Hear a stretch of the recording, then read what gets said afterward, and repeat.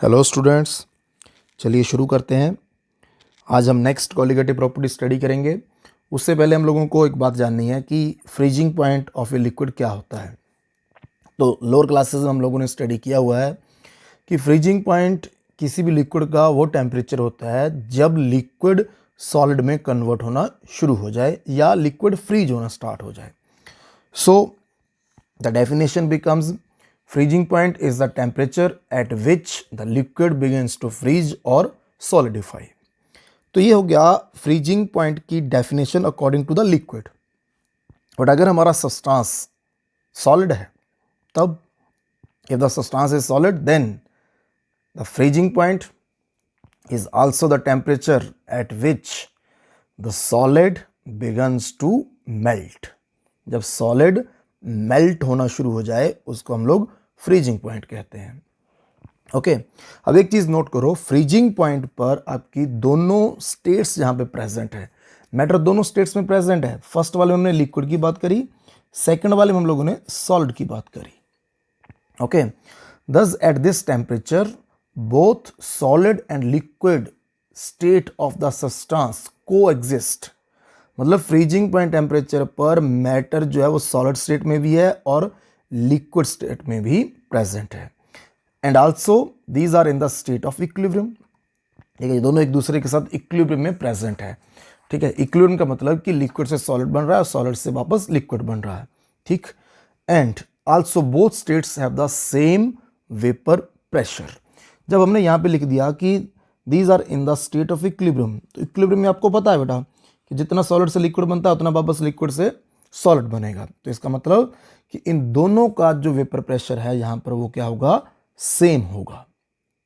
Okay, तो हम लोग यहां से एक नई डेफिनेशन बना सकते हैं फ्रीजिंग पॉइंट की कि freezing point is that temperature when liquid and solid both exist in the equilibrium and both have the same vapour pressure. So the freezing point is the temperature at which the solid and the liquid states of the substance have same vapor pressure। Okay, तो ये यहां तक हम लोगों ने study कर लिया है कि लिक्विड का फ्रीजिंग पॉइंट क्या होता है। ठीक, अब बेटा इसी कंसेप्ट को हम लोगों ने कहां पे अप्लाई करना है? हम लोग इसी कंसेप्ट को अप्लाई करेंगे अपनी कॉलिगेटिव प्रॉपर्टी में। ओके, तो कॉलिगेटिव प्रॉपर्टी यहां पर क्या है, ठीक है, उसको भी हम लोग स्टडी करते हैं। बट कॉलिगेटिव प्रॉपर्टी का नाम जानने से पहले हम लोगों को एक बात जो बिल्कुल अपने माइंड में क्लियर करनी हो ये, ठीक है, जो हम स्टार्टिंग से स्टडी करते आ रहे हैं वो कौन सी बात है? ठीक है, वो बात ये है कि कॉलिगेटिव प्रॉपर्टी या जितनी भी हमारी कॉलिगेटिव प्रॉपर्टीज हैं, ठीक है, एक तो ये कि it depends upon the number of the solute particles. एक बात ये आप लोगों को बिल्कुल माइंड में क्लियर होनी चाहिए। दूसरा, हम लोग जो है कॉलिगेटिव प्रॉपर्टी स्टडी करने के लिए एक सोल्यूशन का एग्जांपल लेते हैं। सोल्यूशन कैसा होता है बेटा? सोल्यूशन होता है आपका डाइल्यूट। ओके, दूसरी बात, ये जो सोल्यूशन हम लोगों ने यहाँ पे लिया है, इस सोल्यूशन के आपको पता है कि दो कंपोनेंट्स हैं। First one is the solvent, ठीक है, जो कि वॉलेटाइल होता है, but second one is the solute. Solute हम लोग यहां पे कैसा लेते हैं? नॉन वॉलेटाइल लेते हैं। ओके, तो सोल्यूट यहां पर कैसा होता है? नॉन वॉलेटाइल होता है। इस बात को हम लोगों ने माइंड में रखते हुए अब आगे अपनी कॉलिगेटिव प्रॉपर्टी की तरफ बढ़ना है कि कॉलिगेटिव प्रॉपर्टी कौन सी है और वहां पर उससे रिलेटेड क्या कंसेप्ट है, उसको आगे चल के अब स्टडी करते हैं। ओके, तो हमने ये भी क्या देखा कि जो सोल्यूट है वो कैसा है? नॉन वॉलेटाइल है। अब एक चीज़ इसमें और आप लोगों को क्लियर होनी चाहिए, ठीक है, ऑलरेडी पढ़ा हुआ है कि जो सोल्यूशन है, the solution of the non volatile solute, उसका जो वेपर प्रेशर है which is denoted as the PS, ये क्या होता है? लेस होता है as compare to the PA not या P not A। What is P not A? P not A is the vapour pressure of the pure solvent. Okay, अब एक चीज़ इसमें समझो, हम लोग जो एग्जाम्पल किसका ले रहे हैं? हम लोगों ने यहाँ पे एग्जाम्पल ये सोल्यूशन का लिया हुआ है। ठीक है, तो सोल्यूशन का जो वेपर प्रेशर है सॉल्वेंट के वेपर प्रेशर से लेस है। इसका मतलब ये लेस है, इसका मतलब कि this solution will freeze at lower temperature than pure solvent। ऐसा क्यों? क्योंकि ऊपर अभी क्या स्टडी किया आप लोगों ने? अभी आप लोगों ने यह स्टडी किया कि जो आपका फ्रीजिंग पॉइंट टेम्परेचर है वो कौन सा टेम्परेचर है? When the solid and the liquid states of the substance have the same vapour pressure. अब फ्रीज किसको कर रहे हो? सॉल्यूशन को। अब सॉल्यूशन का वेपर प्रेशर क्या है? सॉल्यूशन का वेपर प्रेशर लो है। किसके कंपैरिजन में? सॉल्वेंट के कंपैरिजन में। जब इसका वेपर प्रेशर लो है तो इसका मतलब कि ये लोअर टेम्परेचर पर जाकर फ्रीज होगा। ओके, तो सॉल्यूशन का जो फ्रीजिंग पॉइंट टेम्परेचर होगा that will be less as compare to the freezing point temperature of solvent. Reason कि सॉल्वेंट का वेपर प्रेशर क्या है? हाई है। ओके, तो ये जो जितना सॉल्यूशन का जो वेपर प्रेशर ये डिक्रीज हुआ है इसी के बेसिस पे हमारी कॉलिगेटिव प्रॉपर्टी निकल के आती है। ठीक है, वैसे देखा जाए तो एक्चुअल में नाम आपको पता चल चुका है कि it is the decrease in the freezing point temperature. ठीक है, बट जो कॉलिगेटिव प्रॉपर्टी है उसको इन्होंने नाम दिया that is the depression in freezing point. Okay, तो जितना सोल्यूट ज्यादा ऐड किया होगा उतना वेपर प्रेशर ज्यादा लो हुआ होगा। जितना वेपर प्रेशर ज्यादा लो होगा उतना ही फ्रीजिंग पॉइंट टेम्परेचर में डिक्रीज जो होगा वो ज्यादा आएगा। ओके ओके, तो बेटा फ्रीजिंग से रिलेटेड एक और बहुत इंपॉर्टेंट कंसेप्ट है। ठीक है, इसको याद रखना आप लोगों ने। This is also important for the competition point of view. ठीक है, इट इज वेरी इंपॉर्टेंट। ठीक है, क्या कंसेप्ट है? ठीक है, देखो, when a dilute solution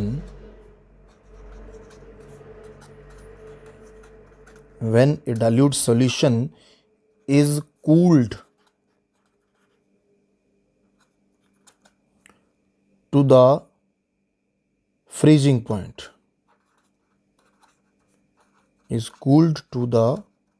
freezing point, it is assumed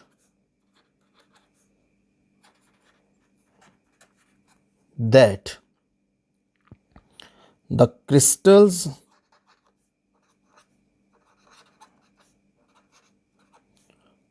of pure solvent always separate out first। तो ये हमारा इससे रिलेटेड एक बहुत ही इंपॉर्टेंट कंसेप्ट है। ठीक है, जब भी आप किसी डाइल्यूट सॉल्यूशन को फ्रीज करोगे, ठंडा करोगे फ्रीजिंग पॉइंट तक, तो क्या होगा? सबसे पहले जो क्रिस्टल सेपरेट होंगे वो प्योर सॉल्वेंट के होंगे। Okay, and actually the main और बेसिक कंसेप्ट क्या है? वो ये कि जब आप सॉल्यूशन फ्रीज करते हो तो एक्चुअल में सॉल्यूशन नहीं है जो फ्रीज हो रहा है, वो क्या है? दैट इज द सॉल्वेंट जो आप फ्रीज हो रहा है। क्योंकि कॉलिगेटिव प्रॉपर्टी में आप कैसा सोल्यूट ले रहे हो? आप सोल्यूट ले रहे हो बेटा नॉन वॉलेटाइल। तो नॉन वॉलेटाइल जो सोल्यूट है, जैसे भी हम लोगों ने यहाँ पे डिस्कस किया, ठीक है, कि ये हमारे पास कैसा सोल्यूट लिया हमने? Non volatile. और मैं आप लोगों को एक और चीज़ इससे रिलेटेड ऑलरेडी डिस्कस कर चुका हूँ प्रीवियस वीडियोस में कि नॉन वॉलेटाइल का मतलब क्या होता है कि हम लोग सॉलिड सोल्यूट लेते हैं। तो जो सोल्यूशन आपने बनाया सॉल्वेंट उसमें लिक्विड है, सोल्यूट कैसा है? सॉलिड। तो जो सॉलिड है उसको आपने और क्या सॉलिडिफाई करना है? ये तो ऑलरेडी सॉलिड है, तो कौन फ्रीज होता है? It is the solvent. वही बात मैं आपको यहां पर ये कह रहा हूं कि when a dilute solution is cooled to the freezing point it is assumed that the crystals of pure solvent always separate out first.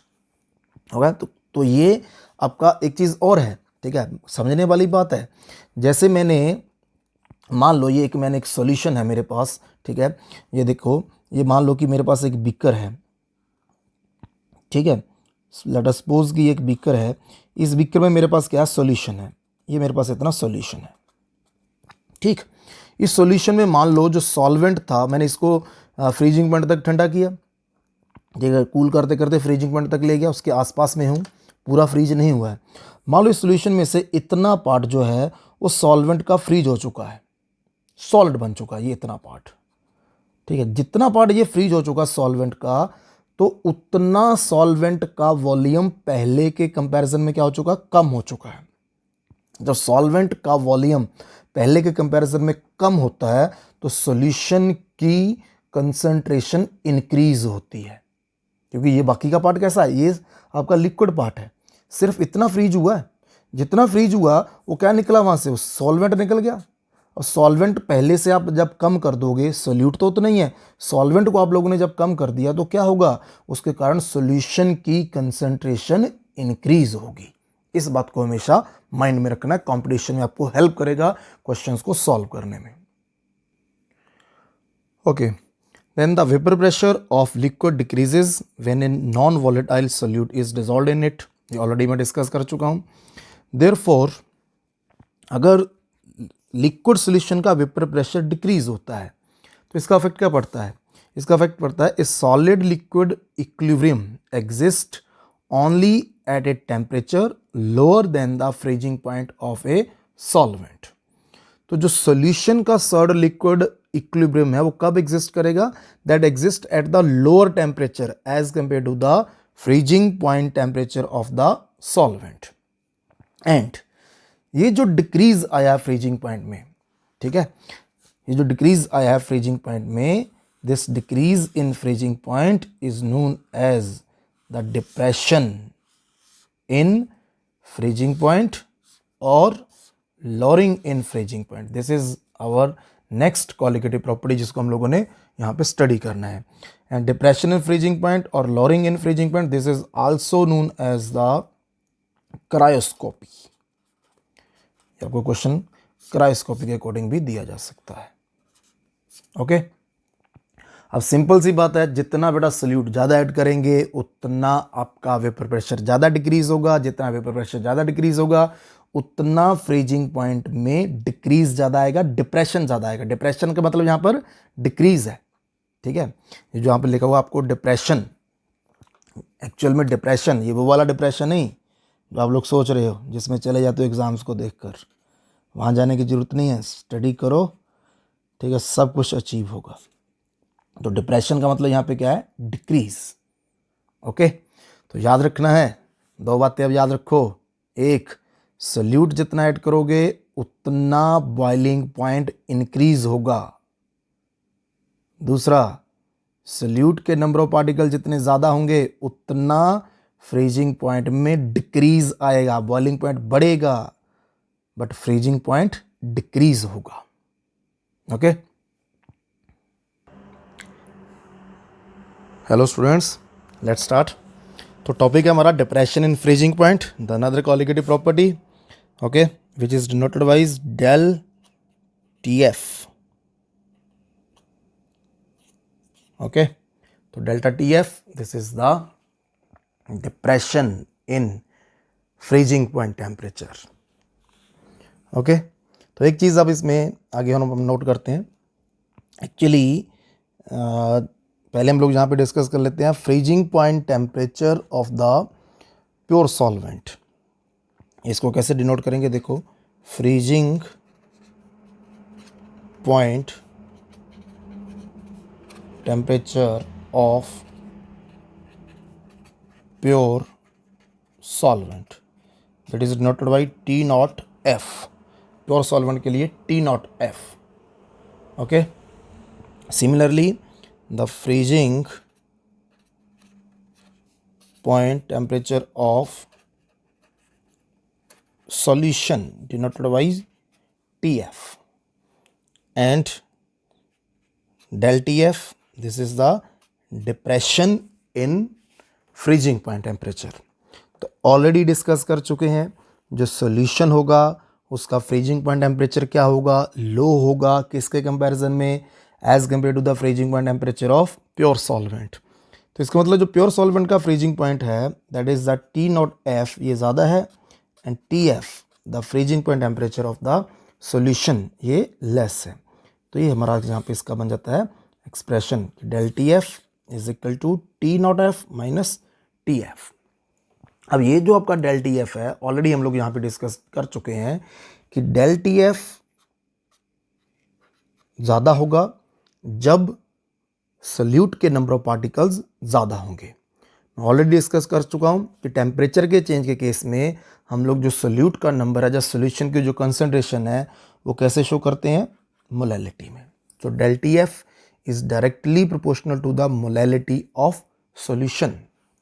Okay, तो यहाँ पे प्रोपोर्शनलिटी कांस्टेंट अगर हम अप्लाई करते हैं तो क्या बन जाता है हमारे पास, del T F is equal to K F into molality. What is K F, यहाँ पे के एफ क्या है, ठीक है, तो के एफ जो है हमारे पास, this is known as the molal depression constant. Okay, K F जो हमने यहाँ पे लिया हुआ है, this is the molal depression constant. Okay, it is also known as the molar cryoscopic constant. Molar cryoscopic constant. Okay, and the next thing is कि molal cryoscopic constant जो होगा ये कैसे कैलकुलेट किया जाएगा। मान लो कि जो आपका जो सॉल्यूशन है उसकी मोलैलिटी कितनी है, 1 है। If the molality of solution is 1, इसको यहाँ पे अप्लाई कर दो तो क्या बन जाता है आपके पास, del T F is equal to K F, means molal depression constant is equal to the depression in freezing point temperature when the molality of the solution is 1. Okay, so molar depression constant is defined as the depression or lowering in freezing point temperature for the 1 molar solution. और बेटा इसको हम लोग एक और तरीके से calculate कर सकते हैं। अब एक चीज़ ये समझो कि जो ये कांस्टेंट है ये आपका सॉल्वेंट के हिसाब से होता है, ठीक है, तो के एफ को हम लोग सॉल्वेंट के अकॉर्डिंगली कैलकुलेट कर सकते हैं। K F is equal to M into R T not F का square upon 1000 into enthalpy of fusion, ठीक है। ये जो m है यहाँ पर, इसको आप लोग एम ए भी लिख सकते हो, क्यों, because it is the molar mass of the solvent, ठीक है। तो ये जो टर्म्स मैंने यहाँ पर लिखी हुई हैं, ठीक है, इन टर्म्स का यहाँ पर क्या सिंबल है, ठीक है, या क्या मीनिंग है वो देख लो। m से क्या शो होता है, m is the molar mass of solvent, ठीक है। बाकी आपको पता है कि ये हम लोग कैसे रहते हैं, इन ग्राम्स पर मोल, ठीक। नेक्स्ट वन हमारे पास यहाँ पे क्या है, हमारे पास यहाँ पर है टी नॉट एफ, तो टी नॉट एफ ऊपर पढ़ चुके हैं। This is the freezing point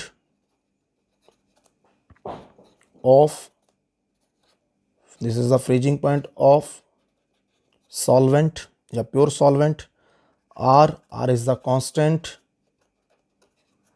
ठीक, एंड एंथैल्पी ऑफ फ्यूजन, ठीक है, this is the molar enthalpy of fusion. Okay, this is the molar enthalpy of fusion, और this is also known as the molar latent heat of fusion, ठीक है, और this is the molar latent heat of fusion of solvent, ठीक है। तो ये जितनी भी ये टर्म्स मैंने यहाँ पे लिखी हैं, इनकी वैल्यूज हम लोग यहाँ अप्लाई करेंगे, ठीक है, तो हम लोग के एफ को कैलकुलेट कर लेंगे। अदरवाइज क्वेश्चन में के एफ गिवन होता है, कुछ एक हमारे पर्टिकुलर सॉल्वेंट्स होते हैं, ठीक है, जिनका के एफ आप लोगों को कंपटीशन के लिए याद करना होता है, ठीक है, तो वो हम आगे चल के उसको डिस्कस करेंगे। तो बेटा लास्ट में हमारे पास एक्सप्रेशन क्या आया था, ठीक है, आगे कंटिन्यू करेंगे। तो del T F is equal to K F into molality. Okay, तो मोलैलिटी ऑफ सॉल्यूशन ये हम लोग कैसे कैलकुलेट करते हैं, ठीक है, याद करो जरा, अब तो याद हो जाना चाहिए बिल्कुल टिप्स पे, कि molality of solution this is equal to number of moles of solute divided by weight of solvent in kilogram. इसी को जब हम लोग फार्मूला के बेसिस पे लिखते हैं तो क्या बन जाता है हमारे पास, WB, okay, this is the wait of solute over MB, molar mass of solute, यहाँ पे क्या बन जाएंगे, number of moles of solute इससे बन जाएंगे, इनटू वेट ऑफ सॉल्वेंट, ठीक है। ये किलोग्राम से होता है, अगर इसको ग्राम्स में लेना हो तो हम इनटू ऊपर क्या कर देते हैं, 1000 कर देते हैं।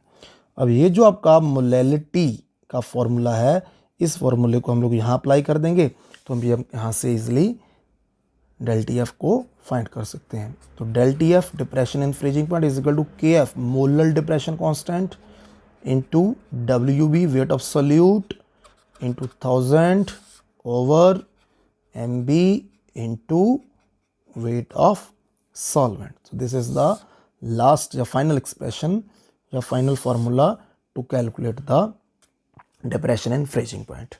तो एक ये ऑलरेडी फॉर्मूला मैंने यहाँ पे आपको लिखा हुआ है, ठीक है। अगर डायरेक्टली मोलैलिटी दी हो तो आप यहाँ से इसको कैलकुलेट कर सकते हो। एक और फॉर्मूला जो अभी हम लोग ऊपर स्टडी करके हटे हैं, ठीक है, उसको भी एक बार यहाँ पे रख रहा हूँ मैं। This is del T F, this is equal to T not F minus T F. एक चीज़ नोट करवा दूं कि जो डेल टी बी था, molal elevation in boiling point, उसमें क्या था, टी बी पहले था, टी नॉट बी बाद में था। कारण कि जो सोल्यूशन का बॉइलिंग पॉइंट था वो ज़्यादा था। यहाँ पे क्या, टी नॉट एफ पहले है, टी एफ बाद में है। फ्रीजिंग पॉइंट ऑफ सॉल्वेंट में से माइनस कर रहे हैं फ्रीजिंग पॉइंट ऑफ सोल्यूशन, क्योंकि सोल्यूशन का फ्रीजिंग पॉइंट क्या हुआ है, डिक्रीज हुआ है। ओके ओके, तो बेटा अब हम लोग इसमें ग्राफ को ऑब्जर्व करते हैं। ये जो आपका इस तरफ है, ये टेम्परेचर इंक्रीज हो रहा है और इधर आपका वेपर प्रेशर इंक्रीज हो रहा है। देखो पॉइंट बी से सी तक, this is for the liquid solvent और it is for the pure solvent. And point D to E, this is for the solution. अब एक चीज़ नोट करो, इधर से अगर मैं इसको ऐसे मिला दूँ रफली समझने के लिए, यहाँ से ऐसे मिला दूँ, ठीक है, तो आपका जो वेपर प्रेशर है किसी भी एक पर्टिकुलर टेम्परेचर, इसको ऐसे मिला लूँ, किसी भी पर्टिकुलर टेम्परेचर पर, ठीक है, इसको एक बार फिर से यहाँ से ऐसे मिला लें, किसी भी पर्टिकुलर टेम्परेचर पर जो सॉल्यूशन का वेपर प्रेशर है वो ऑलवेज लेस है as compare to the vapour pressure of the pure solvent. Okay, अब यहाँ से देखो, जैसे जैसे ये हम पीछे की तरफ हट रहे हैं, टेम्परेचर को लो कर रहे हैं, मतलब फ्रीजिंग की तरफ जा रहे हैं, तो जो आपका सी से पॉइंट बी तक पहुँच रहे हैं, इसका मतलब कि ये टेम्परेचर पीछे की तरफ हट रहे हैं और जो वेपर प्रेशर वो डाउन आ रहा है, वेपर प्रेशर डिक्रीज हो रहा है। अब पॉइंट बी यहाँ पर ऐसा पॉइंट है जहाँ पर लिक्विड और सॉलिड इन दोनों का वेपर प्रेशर क्या हो चुका है, सेम हो चुका है। और आपको पता है कि when the liquid and the solid both have the same vapour pressure, they exist in the equilibrium, that temperature is known as the freezing point temperature. तो ये सॉल्वेंट के लिए फ्रीजिंग पॉइंट टेम्परेचर होगा आपका T not F. Similarly E, temperature decrease कर रहे हैं तो ये वेपर प्रेशर डिक्रीज हो रहा है, डिक्रीज होते होते कहाँ तक आ गया, डी तक आ गया है। ओके, तो डी आपका एक ऐसा पॉइंट है जहां पर जो सॉल्यूशन है that exist in both the states, liquid as well as the solid, and both states have the same vapour pressure. So this is known as the freezing point temperature of the solution denoted by the T F. अब देखो यहां से इधर की तरफ temperature जा रहा है, this is the T not F and this is T F. तो टी नॉट एफ क्या है, ज़्यादा है, टी एफ क्या है, छोटी वैल्यू है, ठीक है। तो जितना ये कम आया है उतना क्या है, decrease in the freezing point temperature, जिसको हम क्या करें, depression in the freezing point temperature, that is denoted by the delta T F, ठीक है। बाकी ऑलरेडी डिस्कस कर चुके हैं कि डेल्टा टी एफ कैसे कैलकुलेट होगा, ठीक है। Delta T F is equal to T not F minus T F. Okay, and next thing, जितना ये आप लोग सोल्यूट को ज़्यादा ऐड करोगे उतना freezing point temperature of solution ज़्यादा डिक्रीज होगा, उतना डेल्टा टी एफ की वैल्यू क्या होगी, वो ज़्यादा होगी। ओके, तो अब हमने नेक्स्ट इसके बेटा करने हैं न्यूमेरिकल्स, ठीक है। न्यूमेरिकल्स को आगे स्टार्ट करने से पहले एक चीज़ जो है वो आप लोगों के बिल्कुल टिप्स पे होनी चाहिए। वो कौन सी चीज़ है, ठीक है, कि आप लोगों को इसके फॉर्मूलाज जो हैं वो सभी के सभी, ठीक है, बिल्कुल क्लियरली आने चाहिए, ठीक है। फॉर्मूलाज आप लोगों को बिल्कुल टिप्स पे हैं। ओके, तो ये फॉर्मूलाज आप लोगों को बिल्कुल टिप्स पे होने चाहिए। ये फॉर्मूला आपके टिप्स पर हैं तो आप न्यूमेरिकल को ईजिली सॉल्व कर पाओगे, ठीक। डेल्टा टी एफ क्या है, के एफ क्या है, एम क्या है, ठीक है, ये के एफ का क्या मीनिंग है, ये डब्ल्यू बी का क्या मीनिंग है, ठीक है। ये सब चीज़ें जो है आप लोगों को बिल्कुल क्लियरली माइंड में यहाँ पे होनी चाहिए। फिर भी अगर आप लोगों ने इसको लिखना हो, ठीक, तो डेल्टा टी एफ, ये तो टॉपिक का नाम ही है हमारा कि this is the depression in freezing point.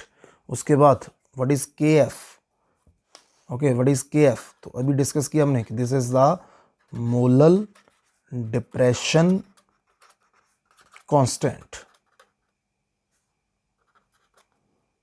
Okay, what is WV, what is WV, बिल्कुल माइंड में आना चाहिए अब। WV, this is weight of solute dissolved. What is WA? This is weight of solvent. What is MB? This is MB is molar mass of solute. Okay. T naught F. What is T naught F? T naught F is the short form में लिख रहा हूँ अब मैं। T naught F is the freezing point of solvent, pure solvent. What is TF? This is the freezing point of solution. तो ये सभी terms, ये क्या है, ऊपर बच गया ये, दिस इज डिप्रेशन और decrease in freezing point temperature. तो सभी टर्म्स आपके माइंड में होने चाहिए, फॉर्मूला आप लोगों को बिल्कुल टिप्स पे होने चाहिए, तो आप इजीली किसी भी क्वेश्चन को सॉल्व कर सकते हैं। ओके, एंड हर एक न्यूमेरिकल, जितने भी सॉल्यूशन जिनके न्यूमेरिकल है, इसमें एक बात आप लोगों को जो बिल्कुल अपने टिप्स पे कर लेनी है वो ये है कि टेम्परेचर जहाँ पर भी आप यहाँ पे यूज़ करोगे, ठीक है, वो किस में करना आपने, that will be used in the kelvin scale. ठीक है, टेम्परेचर जो आप लोगों को केल्विन स्केल में यूज़ करना है। हाँ, अगर कहीं पर आप लोगों का टेम्परेचर आपको सेल्सियस स्केल में दिया हुआ है, जितना टेम्परेचर आपका डिग्री सेल्सियस में दिया उसमें 273.15 उसमें ऐड कर लो, तो ये किस में आ जाएगा, ये जो टेम्परेचर आपका ये केल्विन में आ जाएगा। ओके, तो इन बातों का आप लोगों को ध्यान रखना है। हाँ, जो स्टूडेंट्स ये मेरा लेक्चर यूट्यूब पे देख रहे हैं, ऐसे ही आगे और इंटरेस्टिंग लेक्चर्स के लिए आप लोग मेरे चैनल को सब्सक्राइब करो, बेल आइकन दबाओ, ताकि आप लोगों के पास नेक्स्ट जितने भी लेक्चर्स आ रहे हैं उनकी नोटिफिकेशन आती रहे। Okay, thank you.